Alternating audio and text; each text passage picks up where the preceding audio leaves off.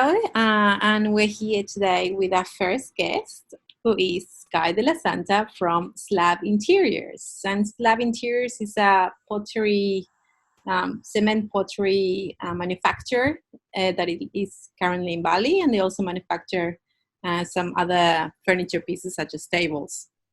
So, Skye, can you let us know? Can you tell us a little bit about you? Okay. Hi, by the way.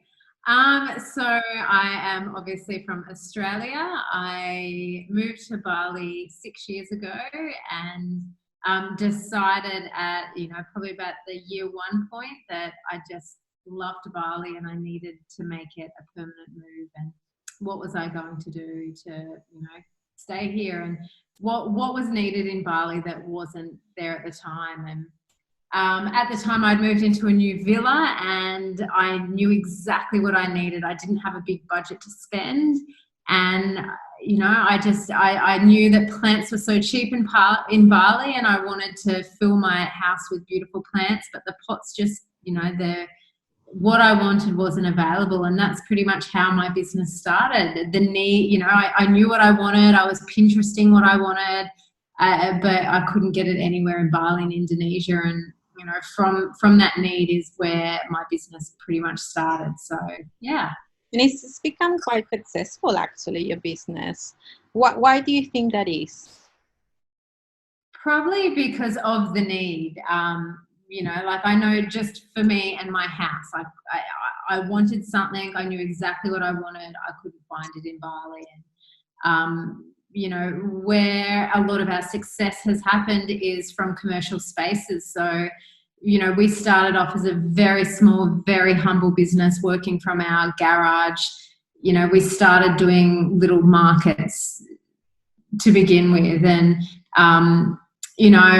there were a few restaurants that approached us when we did our first few markets, and it just kind of boomed from there, where it started off as restaurants and cafes in Bali and in Canggu in particular. The restaurant and cafe industry is huge, and that's what got our foot in the door of, these few very popular restaurants in the area liked what we did, and we started doing custom designs for them. And it just, it is a small community here, and the word spread, and our success has come from word of mouth. And yeah, and obviously quality, I'm sure, and delivery and all the things that makes a good business. Yeah, absolutely. My business partner has been a concreter for 30 years and he knows the material back to front, and we do an amazing quality job. It's long lasting, it's beautiful, and you can just tell the difference. You go to a local nursery and they'll have concrete pots, which are great and they're cheap, but the difference between ours and between what you'll find as a very cheap rendered pot is a very different quality. So yeah, definitely we do back on the quality what we do. And what is your role in the company? So for me, I do the business end of things. So everything from accounting to marketing to sales to social media. I definitely take the business management. And then my partner runs all of the manufacturing side of things and the product development side of things. What was your background before you did Slab Interiors? So I come from a finance background. So, everything other than the finance side of things has been completely new to me. And I've literally learnt by the seat of my pants. I mean, the Google searches that I've done is incredible. So, I know how to structure a business. I know how to cash forecast. I can price my products. That side of things has always been so natural to me. But when it comes to selling my product, telling people about my product, I am an absolute fish out of water. So it's been a huge learning curve, but one that I've very much enjoyed.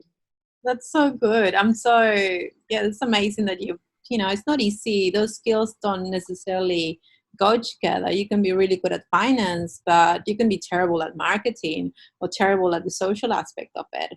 So it's not it's hard to marriage those two things. Must have not been easy for you. Oh, it's a daily struggle.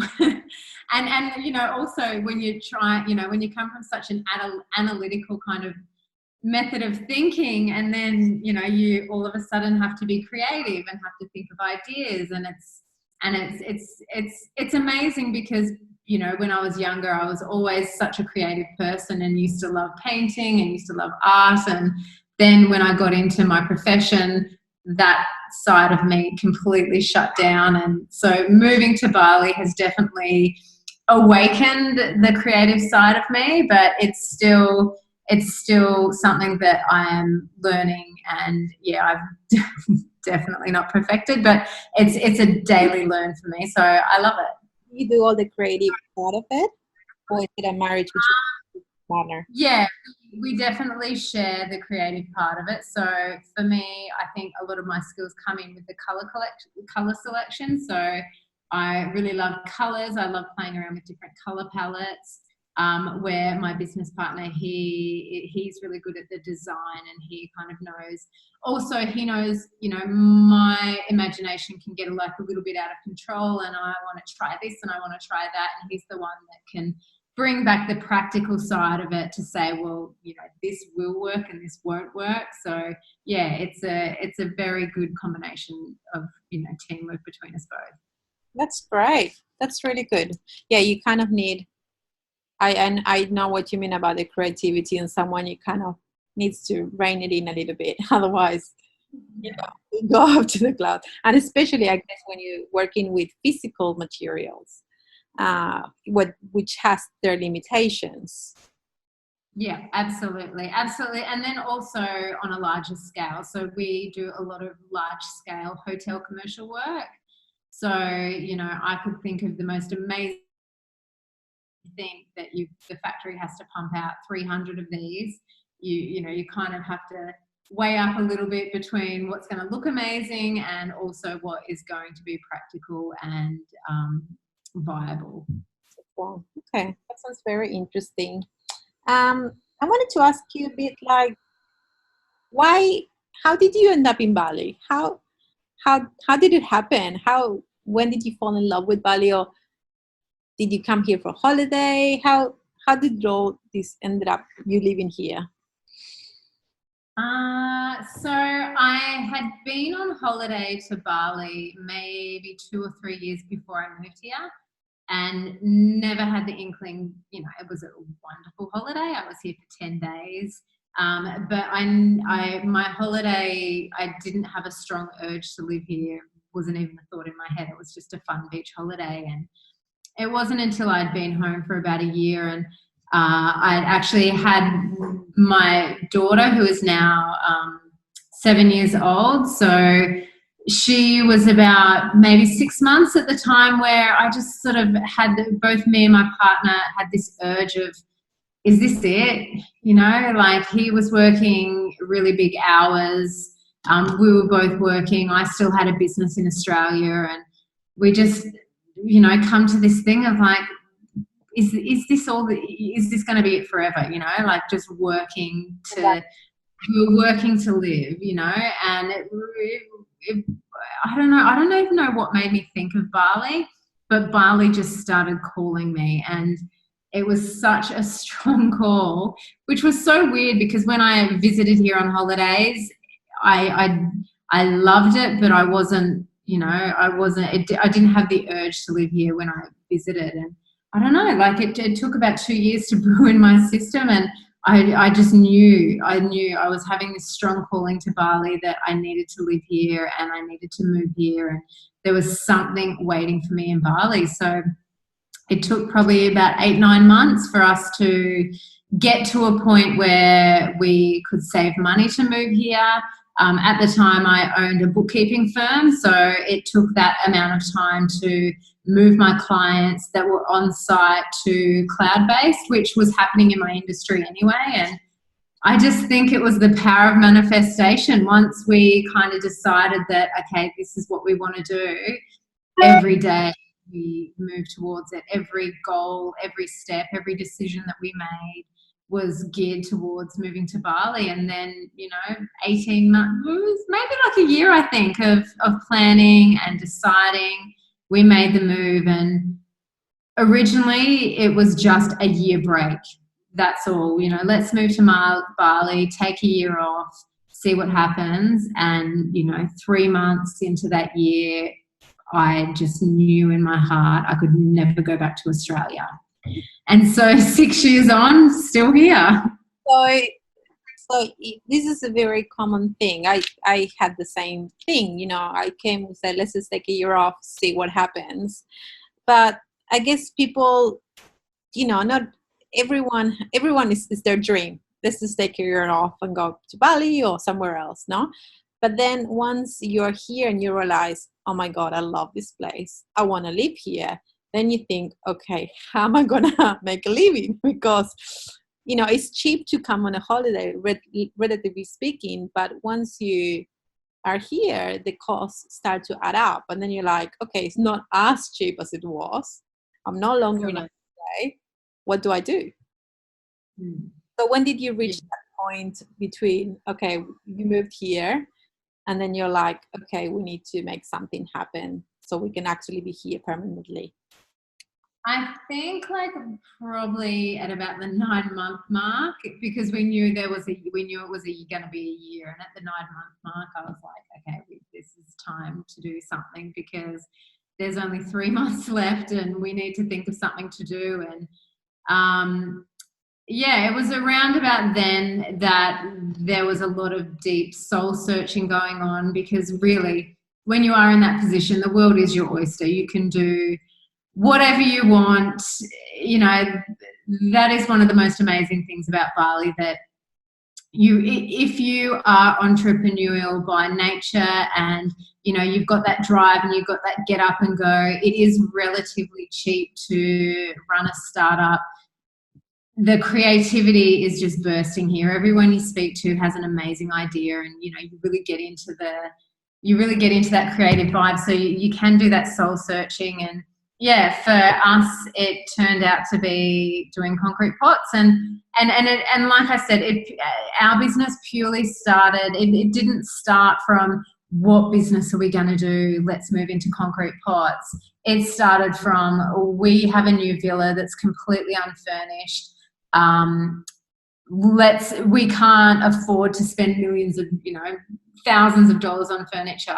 So let's make some concrete pots, fill the house with some beautiful plants. And once we seen the end product, that was the glimmering of, maybe this could be our thing. Maybe this could be what keeps us in Bali. And luckily enough, it slowly grew and grew into what it is today. So I just feel blessed every day.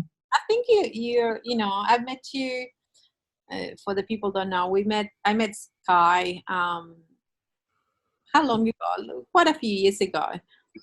Yeah. When I started Bali Interiors, I took a photograph of the Shady Shack. And if the Shady Shack, that photo just became, it's kind of what set off Bali Interiors. And it was a photo of your pots, funnily enough. And then I don't know how we got, and then we met through a mutual friend. And the moment I saw you, I just remember, this girl is going to be my friend. I just knew it was like one of those things. I was like, it was really, sometimes you have those feelings. It's like, she's going to be my friend. I know it. Like and then we just clicked and started talking. And I remember you were talking about your business. It was just beginning, I think. And the way you have grown, it's just incredible. I'm so proud of you guys. Like what you've done. It's really amazing. Like now you've just moved to a huge factory. You're doing all this working with recycled materials. You're really going ahead of time and saying, okay, what's the need? How can we help the environment? And marrying both of them. And you're doing with such grace, and you're doing it beautifully. Oh, that's so sweet. No, it is a passion job. Like they say, if you love what you do, you never work a day in your life. And it is 100% that. And especially now that we are moving into the recyclables, you know, it is even more of a passion than ever, because it is something that, you know, both myself and my partner are very, you know, heavily invested in. And living in Bali as well, when you do see the pollution and you see every wet season, the amount of plastic bottles, wrappers, it's heartbreaking. So to now feel like we can have an active role in helping that is just, you can't beat that. You can't beat that feeling, going to work on a Monday and knowing that you are helping out. And it's good. It's a good life, and it is a fantastic decision that we made to move here. Yes, it's I think so. It's not many people that move here want to move back. Yeah, absolutely. I agree. I wanted to ask you, what do you love most about living here? Because, you know, everyone thinks this is the dream. Living here is the dream, and it has some incredible things, and that's why we choose to be here, but also has some not very incredible things. That's it. Some very and I want to get your intake of, why do you love Bali? What's the reason? And also, what are things that you don't love so much about Bali? I think, like you and me both, you know, especially, like, there are a lot of people on this island that work really hard, and then there are a lot of people that don't work too hard. And I think you and me always joke about, you know, how hard we do work, and people think that, you know, living in Bali, we're sitting under a palm tree drinking coconut, and, you know, it's not always the case. I mean, we work hard here, but it's an amazing life. And I don't know, for me, there are so many things that I love about it. I love the culture. I love the people. I love the freedom that you have here that you wouldn't necessarily have in Australia. I think my favorite thing about Bali is the community.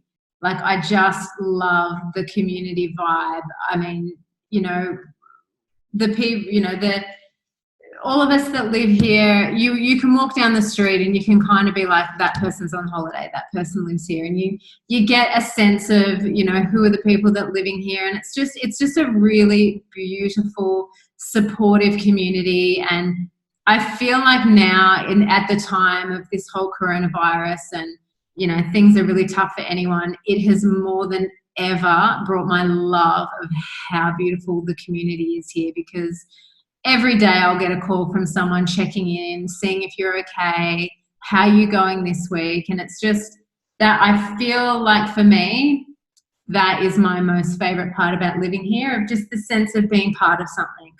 I love it. Yeah, you're right. There's something about, it's almost like living in a small little village, but the advantages of a big city. You get these amazing restaurants, incredible food, incredible design, very interesting people, but at the same time, it's very communal. Everyone knows each other. After a few years, you pretty much know everyone.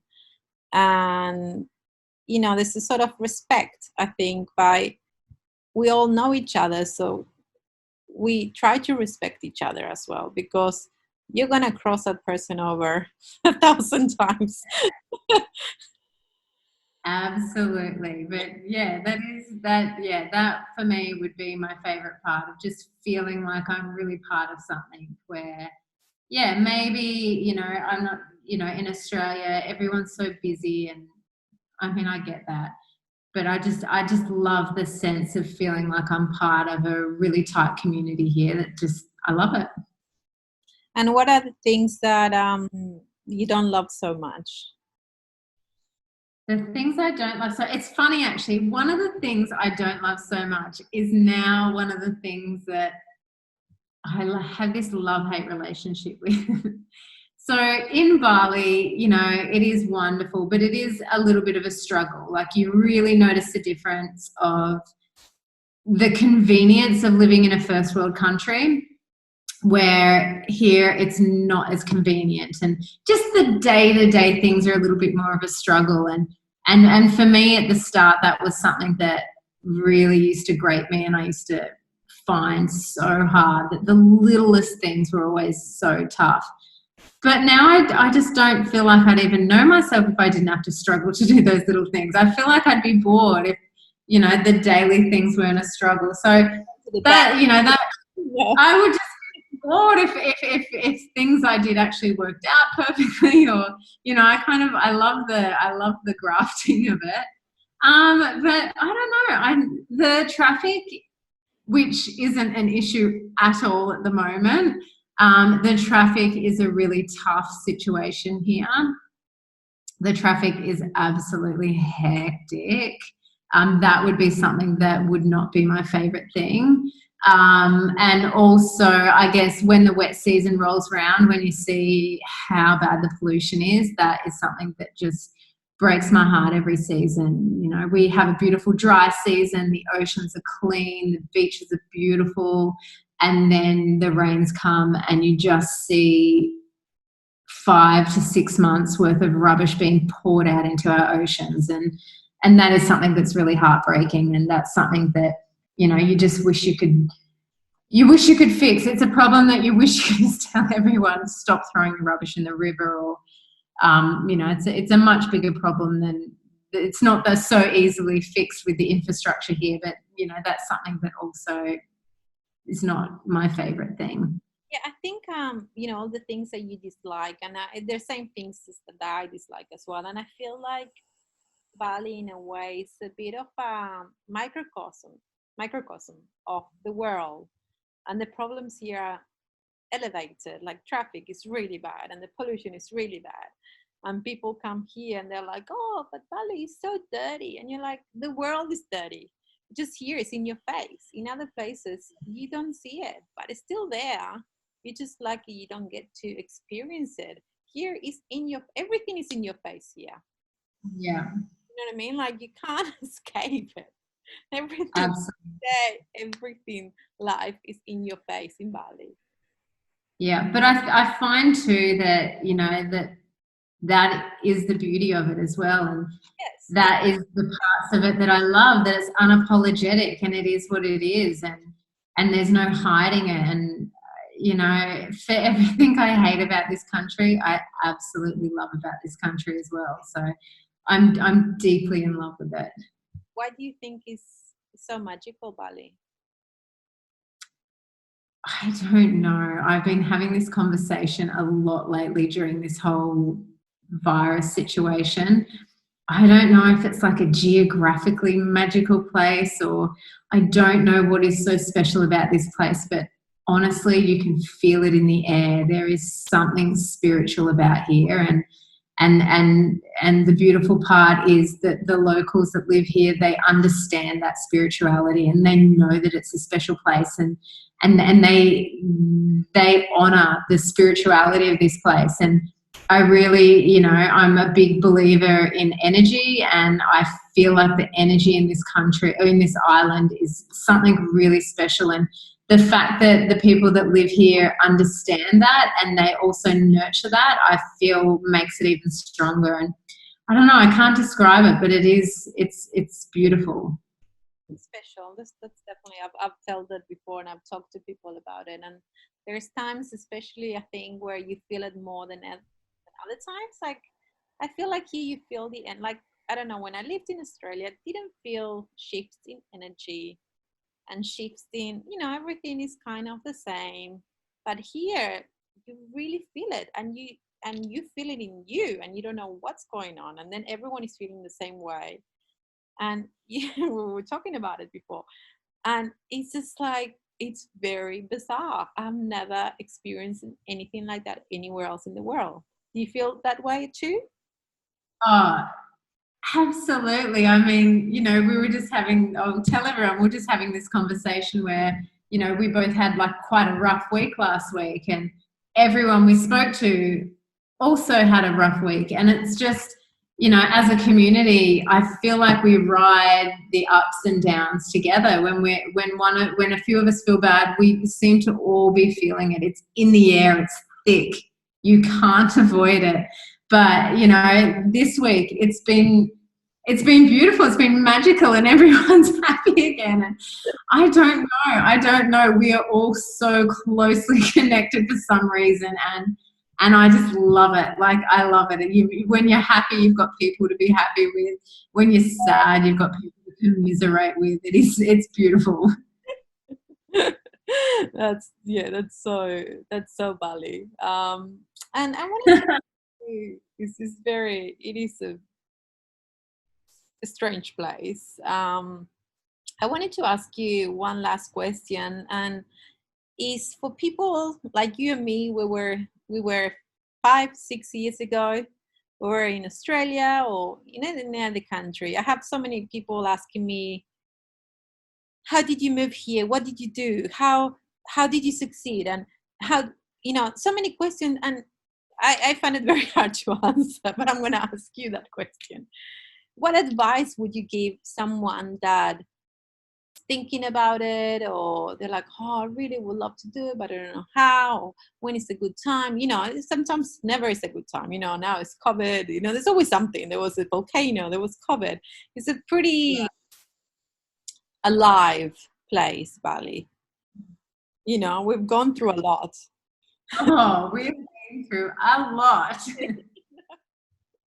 It's like they keep us throwing things at us, but we're still here somehow. Yeah. What would be your advice for those people that have this urge, like we did? Well, I just think that, if you want to do something, you do it. You commit to it. Every choice, every decision that you make has to be geared towards what your goal is. Like anyone can do it. I wasn't in this fantastic position. When I decided that I wanted to move to Bali, I wasn't in this amazing, fantastic, cashed up position where I could just go, oh, I'm moving to another country. It was a long-term decision.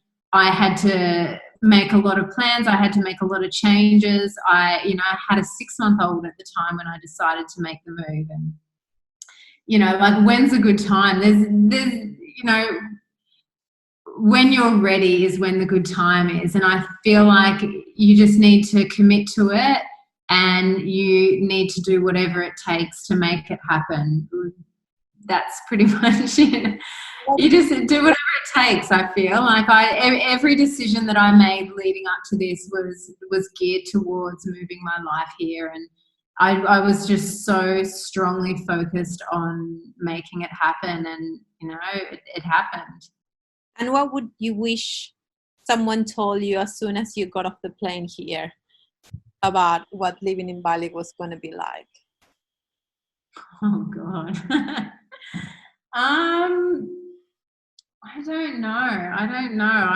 I'm nothing really. I'm the lessons that I've learned along the way are beautiful lessons that I've learned, and I don't think anyone could prepare me for the things that have popped up since I've been here. And I don't know, I don't think there's anything anyone could tell you. Maybe how to get power. My power had run out a few times in the middle of the night and I had no idea what to do. But other than that, moving to any country, any new culture, it's a journey. You've got to experience it. You've got to work it out for yourself. I was lucky enough that we had a few people that we knew who helped us along the way that were already living here, and that in turn, anyone I ever meet that just moves here, I help them as much as I can, because it is a bit tricky, and there are the simple things that you kind of got to get your head around. But yeah, I don't know. I feel there's nothing I would change, or there was nothing that I would wish I knew that I didn't. It's just been a beautiful, magical, up and down, crazy journey, and I wouldn't change a second of it.